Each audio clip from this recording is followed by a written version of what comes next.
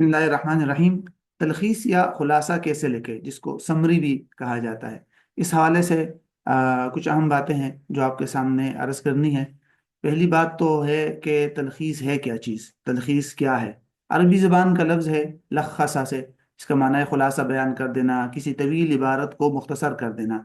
और इस्तिलाह में आप कह सकते हैं कि असासी अफकार को ले लेना किसी भी इबारत के, या किसी भी तहरीर या मजमून या मकाले की अहम और बुनियादी बातों को लेकर उसको अपने अल्फाज में बयान कर देना मुख्तसर करके, और उसकी गैर ज़रूरी और गैर अहम और जुज़इयात की चीज़ों को छोड़ देना, ये तलखीस कहलाती है।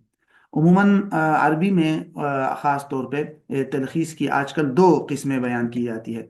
एक को बोलते हैं अत-तलखीसुल आदी, और दूसरी किस्म को बोलते हैं अत-तलखीसुल मुरक्कज़।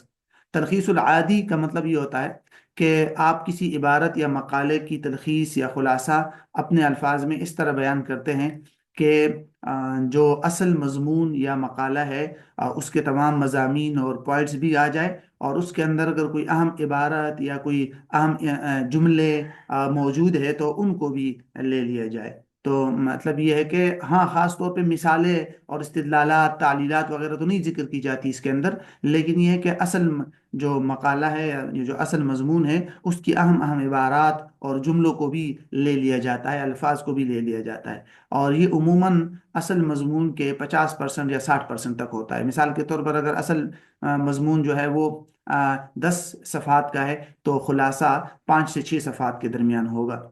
जहाँ तक दूसरी किस्म है अत-तलखीसुल मुरक्कज़, तो तलखीस मुरक्कज़ ये ज़्यादा मुख्तसर होता है, और इसमें सिर्फ और सिर्फ असल मजमून या मकाले के अफकार को लिया जाता है, उसके जुमलों को, इबारात को और ताबीरात को नहीं लिया जाता। तो लिहाजा अल्फाज और ताबीरात वगैरह नहीं ली जाती, मिसालें भी नहीं ली जाती, इस्तिदलालात और तालीलात और जुज़ियात भी नहीं ली जाती। सिर्फ बुनियादी पॉइंट्स को लेकर उसको अपने अल्फाज में बयान कर दिया जाता है। ये ज़्यादा से ज़्यादा 30% तक होता है। मिसाल के तौर पर अगर असल मजमून 10 सफ़ात का है तो ये खुलासा 3 सफ़ात का होना चाहिए। तो ये दूसरी किस्म कहलाती है। ये 5 उसूली बातें हैं जो किसी भी तहरीर या मकाले की तलखीस या खुलासा बयान करने के लिए बहुत ज़रूरी है। पहली बात तो ये है कि अफकार असासिया को लिया जाए, सिर्फ और सिर्फ अफकार असासिया पर फोकस किया जाए। यानी जो असल मकाला है उसके सिर्फ ज़रूरी, असल मकाले के ज़रूरी और बुनियादी बातों को लिया जाए, गैर ज़रूरी बातों को न लिया जाए। तरतीब और तसलसल का मतलब ये है कि असल मकाले या असल तहरीर के अंदर जिस तरतीब के साथ वो चीज़ें मौजूद है, जो उन्वाना या जो मज़ामीन और पॉइंट्स मौजूद है, उसी तरतीब से जिक्र किया जाए। ऐसा ना हो कि असल तहरीर के अंदर कोई चीज़ शुरू में है, आप उसको आखिर में ले आए। और तीसरी चीज़ है तलखीसी उसलूब, यानी उसलूब अपना इख्तियार करे, और असल मकाले या असल मजमून की तलखी की के उसलूब को लिया जाएगा तो फिर तलखीस नहीं बनेगी, ये फिर असल इबारत और असल मजमून ही का नकल हो जाएगा। और चौथी चीज़ है कि जुजियात को हज़फ किया जाए, उसके अंदर इल्लतें और तालीलात बयान की गई है उसको हज़फ किया जाए, मिसालों को हज़फ किया जाए, और ख़ास तौर पर असल तहरीर या मजमून के अंदर अगर कोई अच्छा बड़े तफसीली जुमले इस्तेमाल हुए हैं, शर्तिया वगैरह, तो उनको भी हज़फ किया जाए।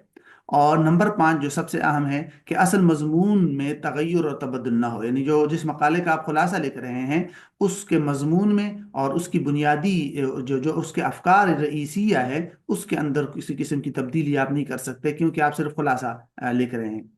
अच्छा, तलखीस का तरीका क्या है? तो ये जो पीछे 5 उसूल है, इनको अगर आप तरतीब के साथ देख ले तो यही तलखीस का तरीक़ाकार है।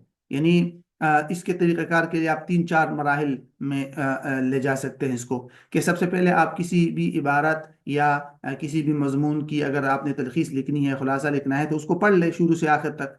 अच्छा, एक मरतबा इसको कहते हैं क़िराअती सरीआ, कि एक मरतबा स्पीड के साथ उसको पढ़ ले ताकि समझ आ जाए।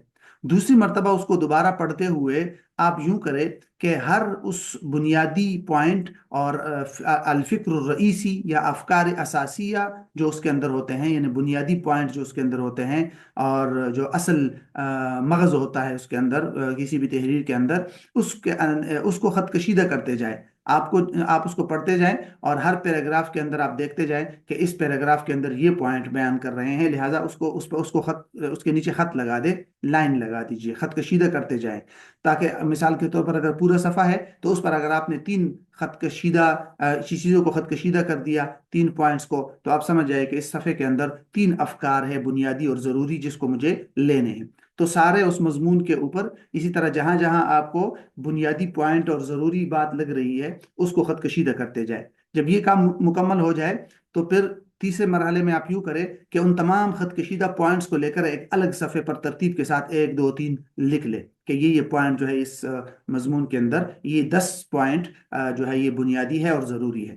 پھر اس طرح کیجئے کہ اصل مضمون جو یا اصل تحریر ہے اس کو بند کر کے اسی لسٹ کو لے لیجئے جو خط کشیدہ چیزیں آپ نے جمع کی ہے، انہی کو ترتیب کے ساتھ اور اسی تسلسل کے ساتھ اپنے الفاظ میں بیان کر دیجئے، خلاصہ کر کے، اور مختصر کوشش کرے کہ طویل جملوں کے بجائے مختصر جملے استعمال کرے۔ تو اور جب آپ یہ تلخیص مکمل کر لیں تو ایک مرتبہ اپنی تلخیص پڑھے اور پھر اصل مضمون کے ساتھ اس کا کمپیریزن کر کے مقارنہ کر لے تو بس تلخیص تیار ہو جائے گی۔ مثال کے طور پر یہ دیکھیے، یہ ایک مثال کے طور پر یہ جو النص الاصلی ہے، مثال کے طور پر یہ ہمارے پاس اصل عبارت یا مضمون ہے النص الاصلی۔ اب اس کے اندر ہم نے سب سے پہلے کام کیا سب سے پہلے کام یہ کیا کہ ہم نے دیکھا کہ مثال کے طور پر اصل عبارت کے اندر یہ چار چیزیں موجود ہیں، معلومہ معلومہ معلومہ معلومہ، یہ چار چیزیں موجود ہیں، ٹھیک ہے۔ اب اس چار چیزوں کے اندر ہم تحدید کریں گے، سلیکٹ کریں گے کہ کون سی چیز اہم ہے اور کون سی چیز غیر اہم ہے، ٹھیک ہے۔ تو جو ہم نے ان چاروں چیزوں کو دو حصوں میں تقسیم کر لیا۔ نمبر ایک یہ ہے، دیکھیے تستبعد والی، کہ ایسے معلومات جن کا مضمون کے ساتھ ارتباط ضعیف ہے یا وہ غیر اساسی اور غیر اہم ہے، ان کو سائڈ پہ کر لیں گے، اور دوسری قسم کے وہ معلومات، وہ پوائنٹس جو اساسی اور اہم ہیں وہ باقی رہیں گی، ٹھیک ہے۔ ہم نے ان کو لے لیا، یہ جو میں نے آپ کو بتایا تھا کہ خط کشیدہ عبارات یا خط کشیدہ پوائنٹس کو الگ کر دیا۔ پھر ان خط کشیدہ کے اندر بھی آپ ان کو دو حصوں میں تقسیم کرتے ہیں۔ ایک وہ پوائنٹ، وہ باتیں جن کو بہت ہی مختصر الفاظ میں بیان کیا جائے، ٹھیک ہے، اور دوسرا وہ ایسی معلومات جن کو کامل اور مکمل طریقے سے بیان کیا جائے، یعنی کچھ معلومات ایسی ہوں گی ان اساسی اور اہم معلومات میں جن کی طرف آپ مختصر الفاظ میں بھی اشارہ کریں تو آپ سمجھ جائے کہ بس کافی ہے، یہ اتنا اہم نہیں ہے، بس مختصر الفاظ میں بیان کر دیا تو کافی ہے۔ اور کچھ چیزیں ایسی ہوگی جن کو تھوڑا سا اصل مضمون کے مطابق اور کامل طریقے سے بیان کرنا ہوگا، وہ زیادہ اہم ہوتی ہے۔ ان دونوں کو جب آپ نے اپنے طریقے سے بیان کر دیا تو آپ کے سامنے النص الملخص یعنی خلاصہ اور تلخیص تیار ہو کر آپ کے سامنے آ جائے گی۔